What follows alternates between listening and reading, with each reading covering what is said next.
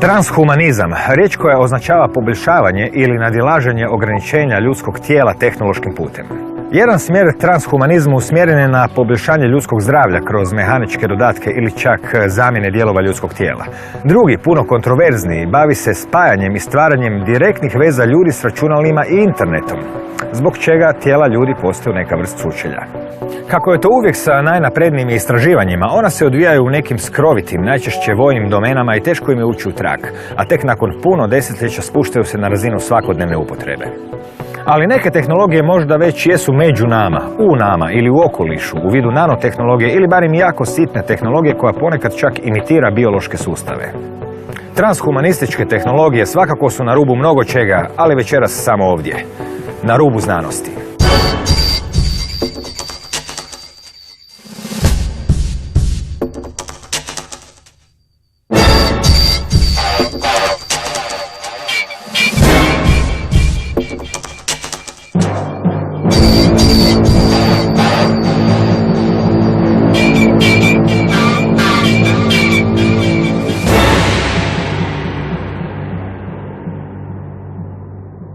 Dobro večer. Harald Klaus Vela stiže iz Njemačke, tehnološki skaut, bavi se traženjem i razvijanjem novih tehnologija na području nove fizike i informacijskih tehnologija koje se mogu primjenjivati na polju medicine, agrikulture, energetske tehnologije, a također je i utemeljitelj konzorcija za istraživanja vezana za morgelone. Na engleskom Consortium for Morgellon-Related Research, koga zanima. Dobro večer. Good evening. Većina ljudi koje sam ja sreo, koliko god da su ih zanimale neobične i egzotične tehnologije, mnogi nisu čuli recimo za pojama morgelona koji će biti dio današnje priče, koja se zapravo bavi transhumanističkim tehnologijama. Pa prije nego što zaoremo u tu egzotičnu materiju, kako i zašto i kojim putem ili načinom ili okolnostima ste se vi uključili u tu temu? Kako ste se uopće počeli njome baviti? For me, the story began in Norway in the year 2012. I was working in the field of medicine back then, especially related to electrosensitive people and their problems. And it was mainly a coincidence that in that area where I lived and worked, we had a number of farmers who lost parts of their harvest in that year, and they couldn't find the reason because the weather was fine. The weather was basically perfect for harvesting hay, but the nature just stopped growing in the middle of summer, and they had done some laboratory testing on their biomass and couldn't say what it was. That they had values, but they couldn't read them. So I was a crazy scientist from Germany, so they asked me to help out, and that was my entry card to the topic of transhumanistic technologies, because what we discovered through diving into the topic was that there are certain agents found in nature that are not natural, that are high-tech particles, it's nanoparticles, it's piezoelectric nanoparticles that have very, very fringe electromagnetic and optical qualities. And from there on, once you're into the connection between biology and optics, you need to dive into this topic of transhumanism. Koje je podrijetlo tih čestica na tim poljima? There are many words for it. Some people call it geoengineering, some people call it chemtrails, some people who are deeper into the topic say it's just military applications or applications connected to the secret service community. Možda je dobro sada na početku te teme uopće definirati što su to zapravo transhumanističke tehnologije. Što vi smatrate pod transhumanističkim tehnologijama? Okay, transhumanism is basically the attempt to create an artificial interface between the human being and his perception and a computer. So this is the basic definition. Now, if you ask a transhumanist who is doing public relations, he would always say that it's about giving access for the human to gather information or to access information from an intelligent computer, kind of having your inner Google or your inner Google Maps so that you can find your way better. If you go into the scientific papers where they're just talking between themselves, the transhumanists, it's always exactly the opposite. It's about the machine getting access to the human. So these are the two aspects of transhumanism, and the thing we find in nature are, as the papers, always about giving the machine access to the human. U svakom slučaju, spomenuli ste da se radili o malim česticama. Zanemarit ćemo sad cijelo područje transhumanizma koje je vezano uz kiborgizaciju ljudi koji imaju medicinske svrhe u smislu zamjenskih dijelova tijela. Isto tako i ovaj dio koji na neki način pokušava kroz neku makrotehnologiju premostiti jaz između ljudi i strojeva. Tehnologije o kojima ćemo danas pričati su zapravo male i sitne, što ih ne čine manjim tehnologijama, nego u stvari većim tehnologijama. Postoje, prema vašim istraživanjima, do sada 3 generacije transhumanističkih tehnologija, tako ste ih barem vi nekako posložili kronološki, koje utječu na ljude. To je, naravno, primarno, inače ne bi ni bile transhumanističke. Optimistički ste rekli da su 2 od njih propale i da imaju neki mali efekt i još postoje razlozi zbog čega nisu više zapravo toliko fokus na njima, a 3. je tek u razvoju. Pa krenemo po redu. Od kada uopće u suvremenom društvu možemo pratiti u blisku prošlost transhumanističke tehnologije i koje su to 3 generacije i kako su se smjenjivale? Koja je za početak bila prva? The first one can be read as an attempt to get access to the human nervous system by radio frequencies. And this is the basic idea is to add something to the body that turns the nerve into something that is sensitive to radio frequencies.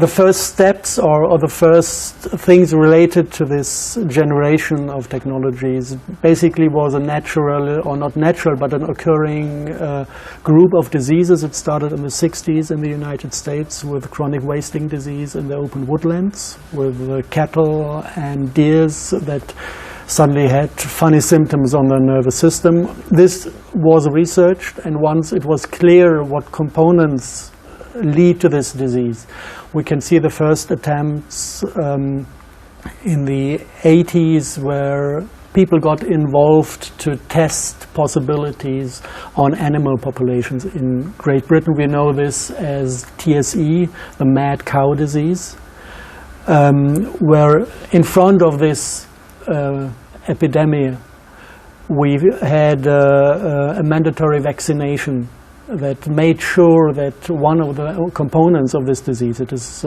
a lack of copper is necessary, a plus of mercury is necessary, and this vaccination had this lack of copper created artificially, and it was mandatory with some hysteria brought to the British farmers.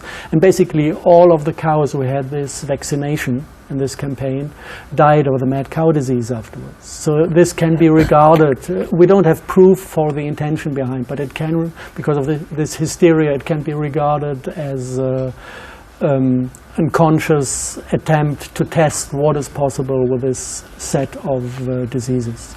60. godina u Americi to je jednostavno bila posljedica čega? Zrakoplova, industrijskog zatrovanja okoline.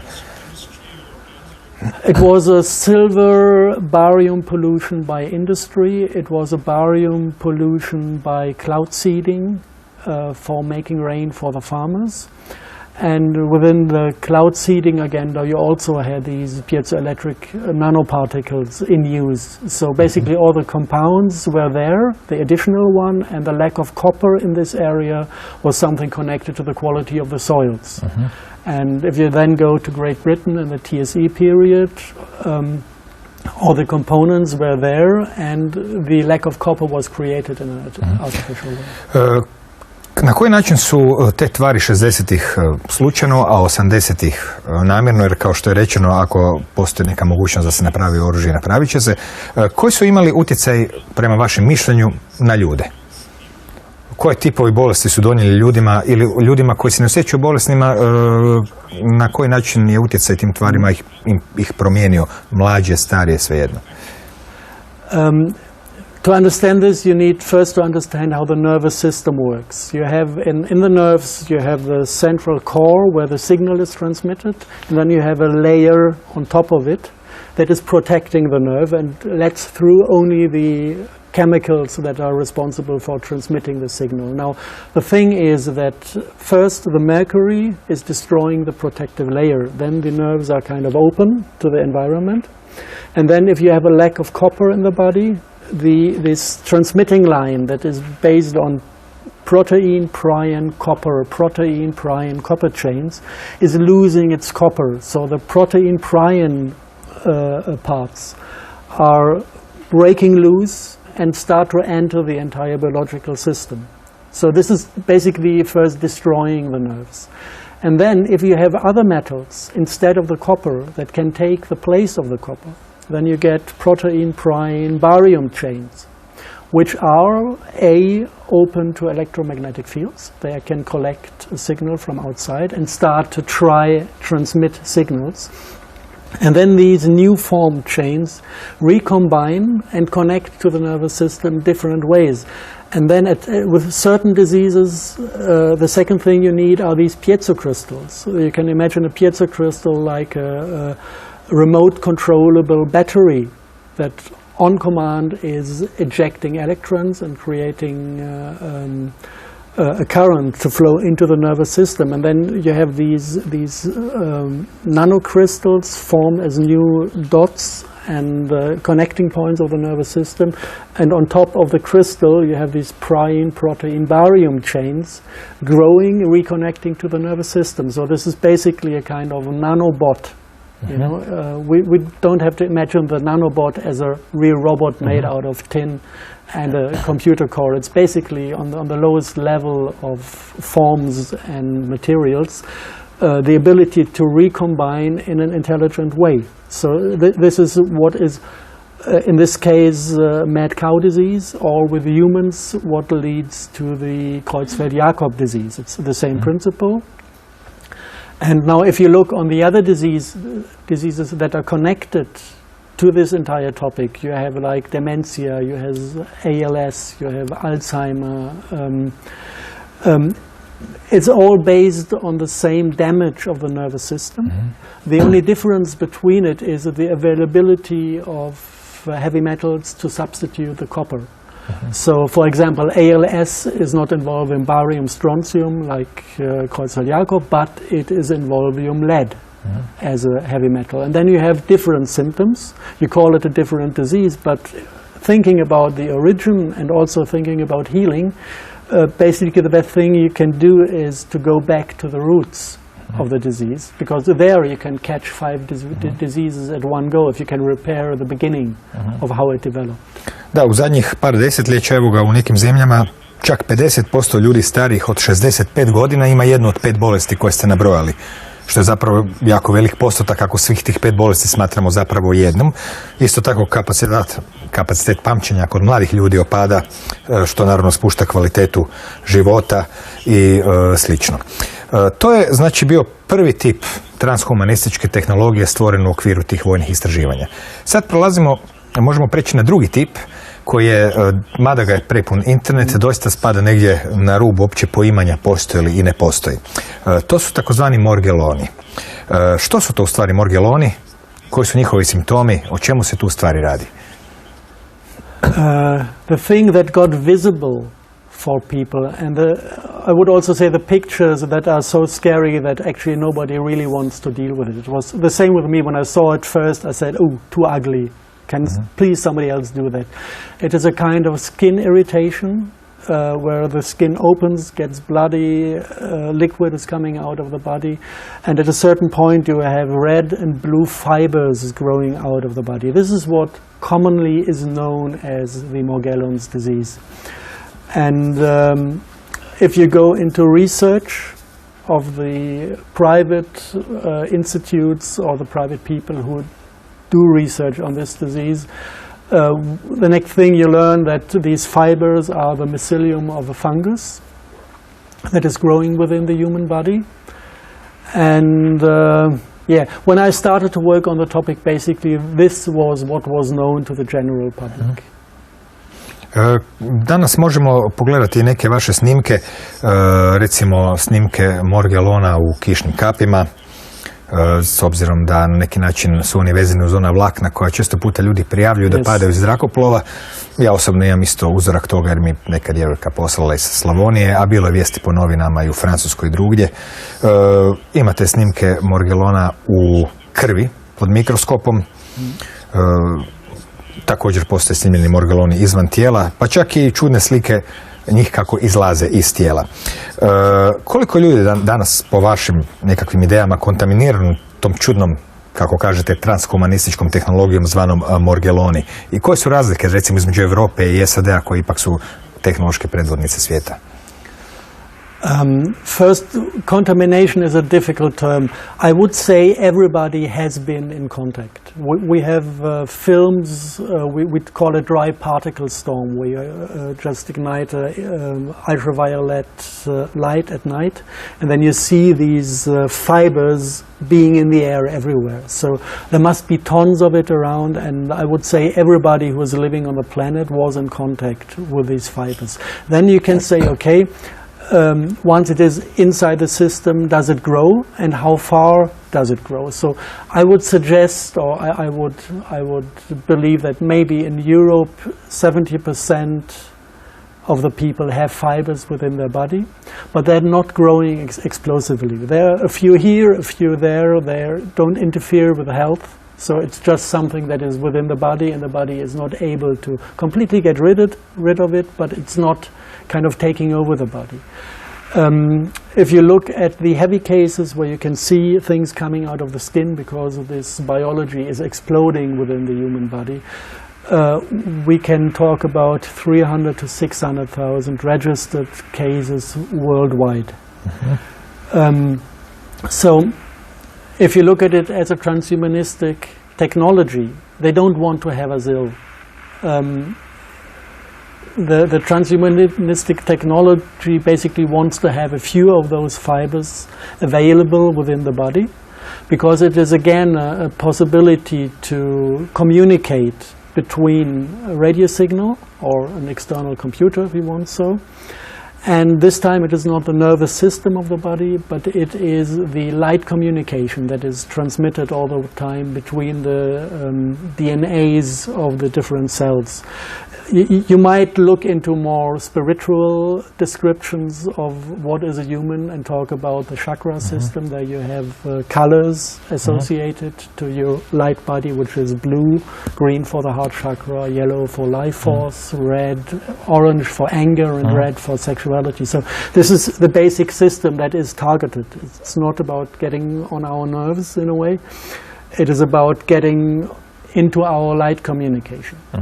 Primjera u prirodi također sličnih ima. Postoje gljive u prirodi koje doista napadaju kukce i preuzimaju njihovo tijelo na neki način, naprave kopije njih. Jesu li oni u nekoj vezi sa morgelonima po principima i što se to u prirodi zbiva u stvari? This type of fungus basically always was around, and it never was a danger for humans. There are families of fungus that are behaving very similar to the Morgellon fungus, where I would say this looks like being from the same family. And these fungi are used as myco-insecticides. Basically, it is a fungus that is normally infecting insects, and there are hundreds of labs in the world who genetically engineer these fungi to make them, let's say, weaponized, not against humans, but against insects, to maintain big plantations where, you know, if you put too many trees of one kind at one place, the insects rather do attack and try to re-establish a more lively nature. So there's a lot of research done in the field of farming and normal genetic engineering on this special family of fungi, because they might be useful in agriculture. So this is what led to the idea, or this was the first thing that led to the idea that something with this Morgellon is not natural. because the family is heavily genetically engineered. The second thing that is hinting to the fact that it is not natural is the content of organometallic liquids within this fungus. It is the thing that makes it blue or that makes it red, because this is something that does not appear in nature at all normally. So it needs to be something artificial, and when something is artificial there is intention behind that you need to find. Što predstavlja ovaj romb okružen crvenim točkicama koji vidimo? Okay.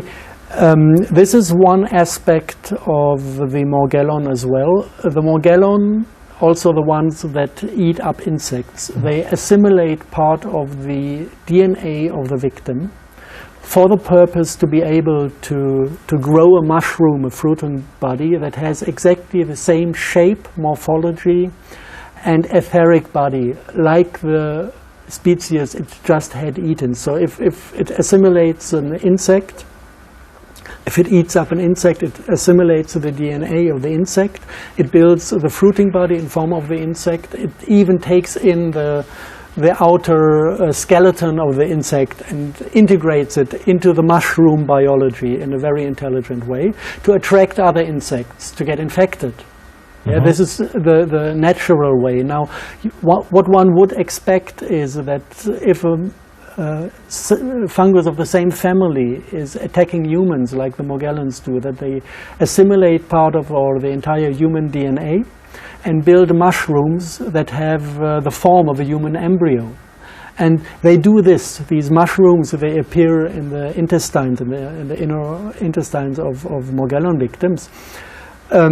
But the interesting thing is it looks humanoid in a way from the morphogenesis, but you don't find human DNA in the system. You find a DNA that is brought together with the morgellons into the system. So they must be replicating or mimicking a different species that is similar to human but not human. And the way they carry in this DNA information is in form of red stem cells that are completely alien to whatever we know from life on Earth. They self-replicate in free nature, which is not typical. It's like the sperm will multiply outside of a human body. It's not within our biological context. And they are invincible. You cannot burn these cells, you cannot destroy them in acid, you could throw them into open space, they would not die at minus 200 degrees. This is something completely alien. Spominjali ste utjecaj svjetlosti tijela na morgellone i način kako ga koriste. Postoje eksperimenti kroz razne boje rađeni na miševima na kojima oni na neki način svijetle čudno. Kakva je to veza svjetlosti tijela i morgellona? Okay. If you go back in the history of transhumanistic technologies, it started around 82, 83 at Bell Labs in the United States, where they discovered quantum dots. Quantum dots are these organometallic liquids that shine when they receive a radio signal of a certain frequency. The problem with these quantum dots was that this heavy metal content was a danger to the body. Whenever the body got too acidic, then this thing dissolved and poisoned the body with heavy metals. So they were looking for ways to find small, tiny containers for these quantum dots that would protect the body from getting in contact with these liquids. And basically, if you look into the research, you find two possible solutions. One is nanofibers. They used to experiment a lot with carbon nanofibers that suck in the quantum dots, and then you have a fiber within the body and no contact to the poisonous liquid. And the second one, this is also about geometry. A fiber is one-dimensional line, and the second possibility is to have layers of materials where the quantum dot is concentrating in between the layers. And if you go into the language, the terms that they use, then you have a plasmonic antenna, which is a fiber, and a hexagonal plasmonic photonic crystal, which is the layer thing. And both are sensitive to radio frequency, but they serve different directions. The fiber is collecting light inside the body and sending it out as a radio frequency, according to the scientific papers. And the hexagonal crystal is collecting radio frequency, turning them into DNA-readable light. So you have a read-write unit, and in the scientific literature, it's two separate technologies. Now, if you look at the Morgellon fungus, that is never mentioned in the scientific papers, you find basically the same units as in the scientific papers. You have the mycelium as the growing fungus within the body that is up-concentrating the available quantum dots that are also around somehow for some reason. And then, during the life cycle of the Morgellons, you have some kind of containers that contain the spores of the fungus. If you imagine this mushroom growing in the stomach and in the lower intestines, it looks like a human embryo. The human embryo has one eye in the middle of the forehead, and on this one eye that looks like an insect eye, you find these hexagonal containers of spores, which are 100% identical from their function with the hexagonal plasmonic photonic crystals you find in the literature. So as it looks like we have research that is not connected to any political agenda, then we have like 30-40 years of development, finding a species or creating a species that serves exactly the developed scientific theories and models. And then we have a self-replicating, self-assembling unit in free nature, found and described by Harvard nanolabs exactly in the chemistry and in the shape, that is obviously infecting people. And everything would have stayed undercover if we wouldn't have had this Morgellons disease. Kind of people who are too run down in their immune system, where this fungus takes over the entire body and starts to grow out of the skin. Drugim riječima, prve dvije vrste transhumanističke tehnologije o kojima danas pričamo, ona s početka emisije, ovo Morgelloni, na neki način su za njihove tvorce, možemo reći, neuspješne upravo zato jer su skrenule pažnju da se tako nešto uopće zbiva, odnosno takve operacije su iz nekog razloga tajne. Spominjali se znači znanstvene radove o transhumanizmu u kojima se spominju teoretske stvari koje u praksi navodno ne postoje, međutim poznato je da su vojne tehnologije obično po nekim procjenama 30 do 50 godina ispred onog što se čita po civilnim znanstvenim radovima, što je sasvim zapravo i na neki način logično za zamisliti iz vojne perspektive. Postoji niz tako nekakvih koraka, bolesti, simptoma koje vode do Morgellona, koji su vezani uz živu infekciju, antibiotike, probiotike, jetru i slično. Kako funkcionira taj sustav? You can read it as a line of coincidences. You can read it as a very intelligent concept. It starts with vaccinations. Vaccinations contain mercury, and the mercury is changing the environment for candida within the body. It makes candida grow. And the second thing mercury does is it is higher the rate of infection in childhood. It basically triples it. Infection today is treated with antibiotics, and then the antibiotics kill the rest of the, let's say, probiotic candida forms that normally live within the body. The moment it stops with the antibiotics, the environment is empty of candida, or the candida is killed, except of the pathogenic forms. They regrow and resettle on the entire environment, and then we have a antibiotica-induced change of the candida environment within the body. And the forms that are surviving antibiotics, they are really evil stuff because they don't serve as part of the healthy nature in the body. They try to take over. So the first thing they do is they send some signaling chemistry or hormones to the liver, and the liver is shutting down the lymphatic flow. So the liver stops detoxing. The liver is still detoxing the blood, but all the toxins taken out from the blood are stored within the liver because the lymphatic flow is blocked. Then it comes to an over-acidification of the body because of the liver not working properly, and to a further pollution with heavy metals. And this is exactly the environment the fungus loves. He loves acidity and he loves heavy metals. And once this is established, the body opens for the next disease, which is Borrelia. So you have a kind of row of diseases building up on top of each other. If you have Borrelia for a few years, you're completely intoxicated with the poisons they create. The liver is still not able to deal with it. And the last step in this line of development is that the body allows the morgellon to grow, because the morgellon has this function of taking in heavy metals and poisons and up-concentrating them in these structures, and there it is not of any danger to the body. So basically the body is asking the morgellon to help out storing heavy metals and poisons, what he does, what he loves to do.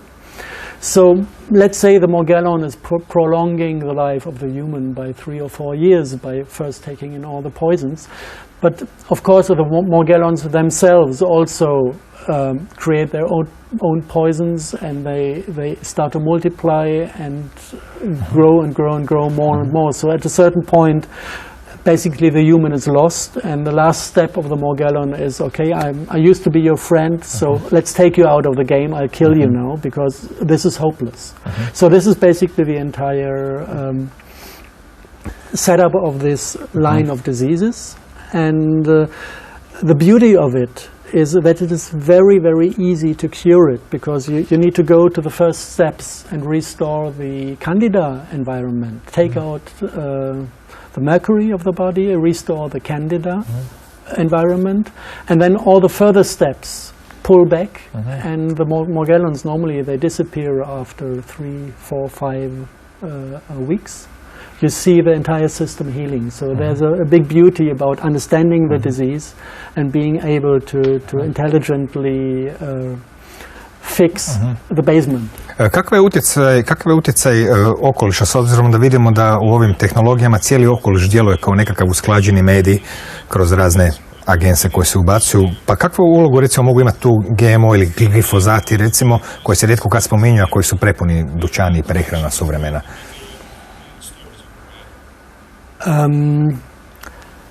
It is said, I haven't seen the original paper, but it is said that the GMO food contains some substances that are needed for the morgellons to build up the skin of the mycelium. So the more you have of this basic nutrition for morgellons, the better they grow.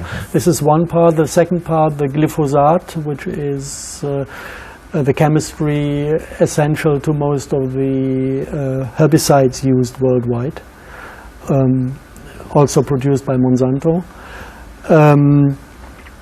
They disable the ability of the body to detox heavy metals. So these two agents that are around in our food on a daily basis, they very much push people into the direction of getting morgellons, accepting morgellons within their biology. And you can see the difference if you compare numbers from the United States to Europe. In the United States, the Morgellons disease is a major problem, and you would expect most of the population being heavily infected. Not to the state where they have symptoms, but they should all carry this to an extent that is meeting the needs of the transhumanist part of this disease. In Europe, it's not working because people live too healthy. I would say that, I don't know, 30% of the population are not infected at all. They completely clear out every single morgellon that is approaching. Dobro, pričali smo znači o prvom i drugom koraku u tim, prema vašoj toj klasifikaciji transhumanističkih tehnologija, koje su zapravo na neki način, očigledno za njihove tvorce, postale previdljive po svojoj naravi. I sad tu stupa na pozornicu treći tip transhumanističke tehnologije koji se zove sintetička biologija. Kako ona radi i zbog čega je drugačija od ovih prije? Let's start with the basics. If you look into the DNA of every being, you have three different functions of this DNA. One is hardly understood by science. They call it junk DNA because they cannot say what it is good for. What they found out now it is that it follows the grammar of language in a way. And I would suspect that in a way this is the part that is connecting body and soul, that is carrying the epigenetics and the information that we learn on the short-term memory of biology. This is not addressed. Then we have two other qualities that are addressed by synthetic biology. This is one part that is creating light signals. This is the part of the DNA that is responsible for communication. And the other one is responsible to produce substances by creating RNA that is creating proteins, and so the cell is building up itself and producing substances for the biological function of the body. And these two are addressed in genetics. Now, the special thing about synthetic biology is that you don't cut and glue together like in normal genetics, but that you create DNA from, as a designer, from the scrap. You program it and then it is built molecule by molecule the way you want to have it. So you can synthesize the two fractions, creating light and creating substances. And then you can add a third type, which is about controlling DNA. And this is adopted from computer technologies. It is, you could imagine it as a line of transistors. So certain fractions of DNA that work as a transistor, and they react on outer frequencies, which gives you the possibility to utilize something that works in a similar way to a telephone call. Each transistor is opening when it hears a certain frequency. So you can start to dial in. First number is a frequency that is opening the first transistor. Second number is a frequency that is opening the second transistor. And only if all the numbers are in the right order and heard in a certain line of tones in the range of gigahertz, then the entire sequence is opening up.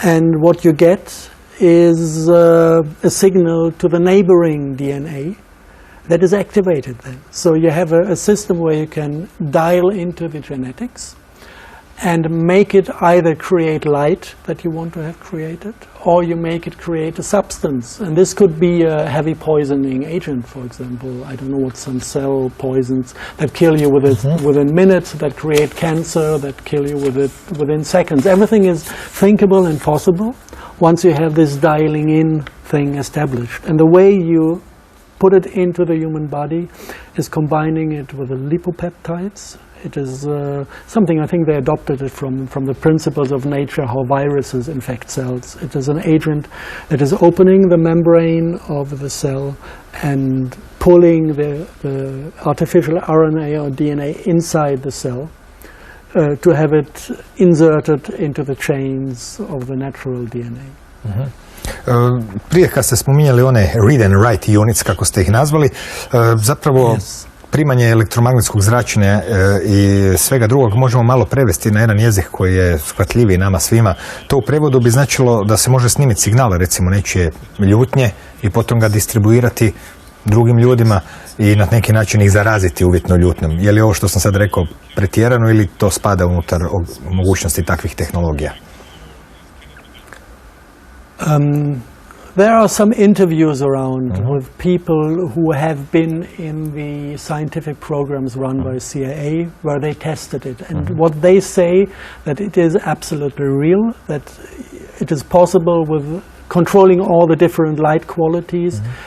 You can transfer entire sequences of experience from one person to another. In a sleep mode you can transfer entire dreams. Evo, koliko god sve ovo bilo čudno, još uvijek u okviru više ili manje poznatih principa i tehnologija koji imaju neki svoj temelj u raznim objavljenim radovima. Na kraju krajeva riječ je o naprednoj tehnologiji koja nastaje u ovo doba, koja je inače odlikovano naprednom tehnologijom, pa nije toliko ni nezamislivo da može nešto biti tehnološki naprednije od onog što znamo 10, 20, 30 godina. No, primijetio sam da u ovim temama kad se krene se vrlo lako i često putevi krenu i izvan tih poznatih terena i krećemo u pojmove koje možda ni ne razumijemo najbolje, ali recimo neobične neke stvari kod Morgelona mogu čak i povezivati nas sa poviješću, sa prošlošću, sa nekim tehnologijama koje su nekad nazivane magijom, crnom magijom i slično. Koje su to neobične stvari kod Morgellona koje zapravo nas navode i u kom smjeru ste vi krenuli kada ste počeli razmišljati u tom takvom nekako malo neistraženom smjeru? I worked very close with a Morgellon victim from Berlin. It was a woman that addressed me because she was afraid that she would have to die from this disease, and she couldn't find help in the medical system. And I was in the funny position that I wanted to publish about the disease, and my editor said, this is only bad news, we need some good news in between to make it readable for the audience. And then I said, okay, I found this girl that was heavily infected and was suffering, and I said, I'm just sticking to her side and help her to find a cure.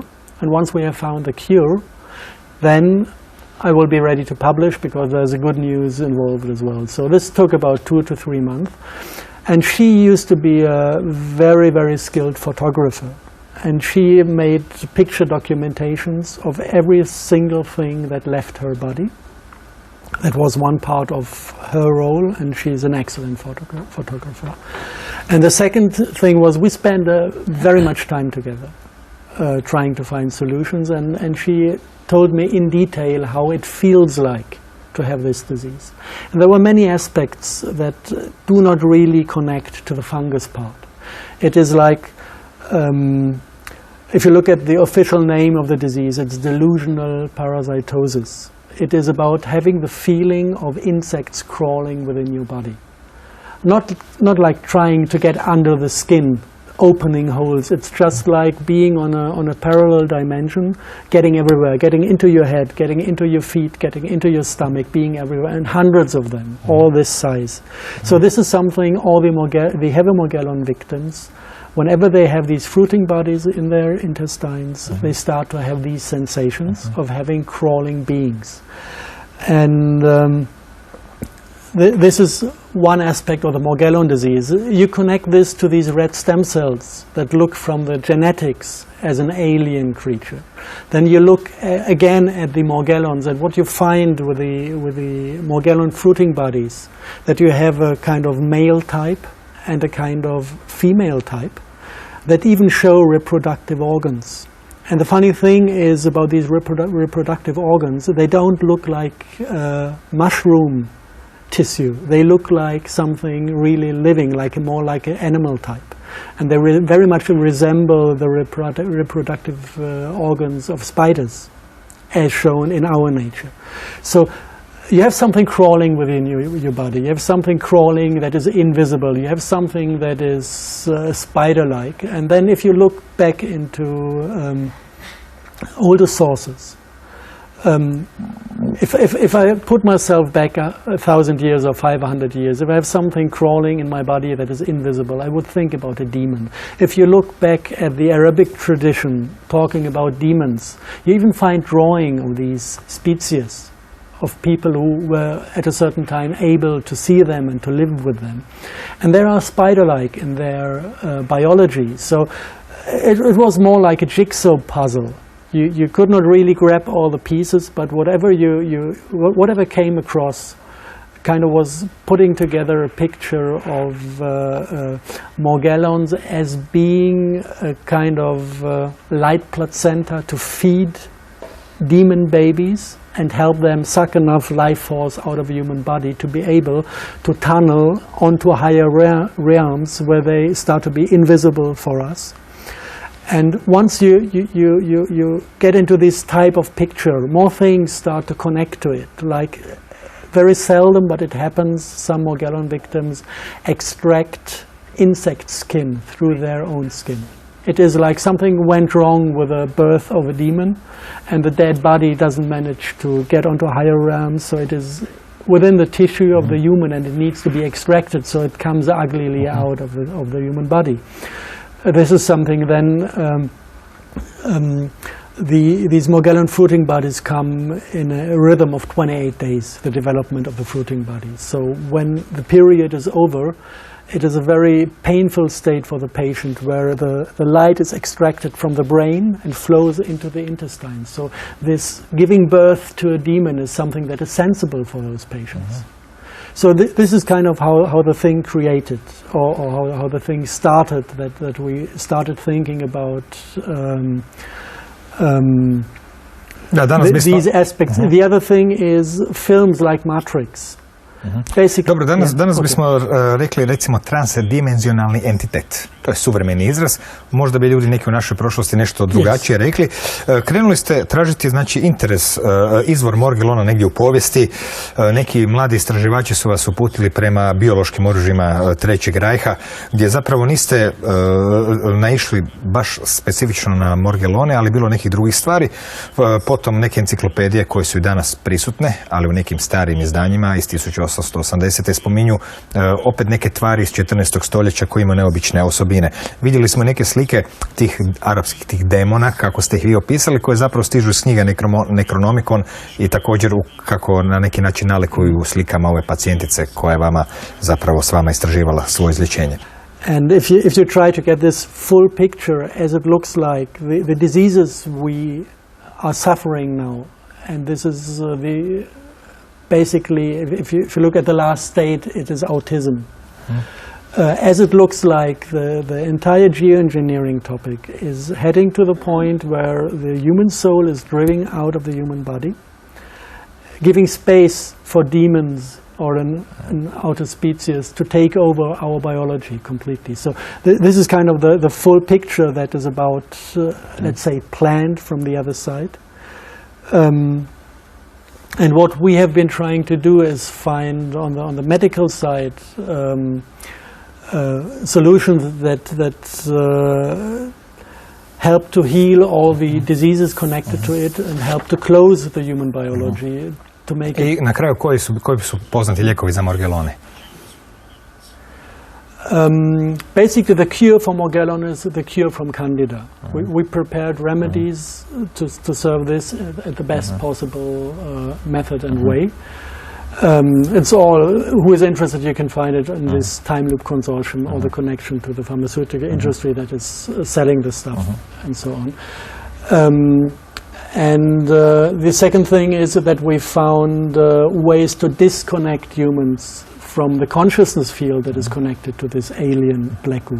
There also we created remedies to help to find back to a connection to, let's call it Mother Earth, away from the demonic fields of consciousness that are there to manipulate us and to keep us in a kind of prison. Da, spominjali ste da je otvaranje srčane čakre ono što zapravo na neki način može nadjačati čak ove sintetičke tehnologije, te sintetičku biologiju i njene utjecaje na DNK. To bi recimo kad smo već zakoračili u ezoteriju bio sasvim prikladno ezoterični odgovor. It is a funny topic because it reappears wherever you go. If you deal with the Morgellons disease, the best thing, the easiest way to get rid of these demons, of these crawling creatures, is to open your heart chakra and flood the body with a green light. This is something that we learned how to, even during treating the people, we were using this technique to just get rid of them. Also with the third way or the third attempt to get access to our DNA light communication, what we found out that the only way to keep out these external fields of the system which act on a binary way of communication is to open your heart chakra that is trinary in communication and to fill your entire body with a green light, and then you have a system that is able to deflect and to protect the body from outside influence. So it is funnily, it is always the love that is the solution to all these problems. Haralde, hvala, već smo vrijeme prekoračili. Do neke sljedeće prilike, doviđenja i sretan put natrag u Njemačku. Hvala i vama na pažnji. Eto, transhumanističke tehnologije često se prezentiraju na isti način kako je to poznati SF pisac Theodor Stelzinger i napravio, nazvaši svoj glasoviti roman More than human, više nego ljudski, više od čovjeka. No pravo je pitanje, nisu li takve tehnologije zapravo suprotnost, odnosno čine li nas manje ljudskima? Nismo li možda već i sami sa tim svojim nevjerojatnim biološkim kompjuterom kojeg zovemo tijelo i um na neki način napredna tehnologija koji nisu potrebna poboljšavanja kad je se održava na ispravan način? Na to pitanje naravno nastavlja se cijeli niz pitanja, recimo tko je taj tko je spreman uložiti u razvoj transhumanističkih tehnologija, ako ulaže, koji mu je interes, je li mu motiv doista altruističke naravi, navodno poboljšanje čovjeka, ili je posrijedi neka druga agenda, koja i zašto je tajnovita ako postoji, ali za večeras je dosta i čudnih pitanja i čudnih odgovora. Pa zato vam želim laku noć.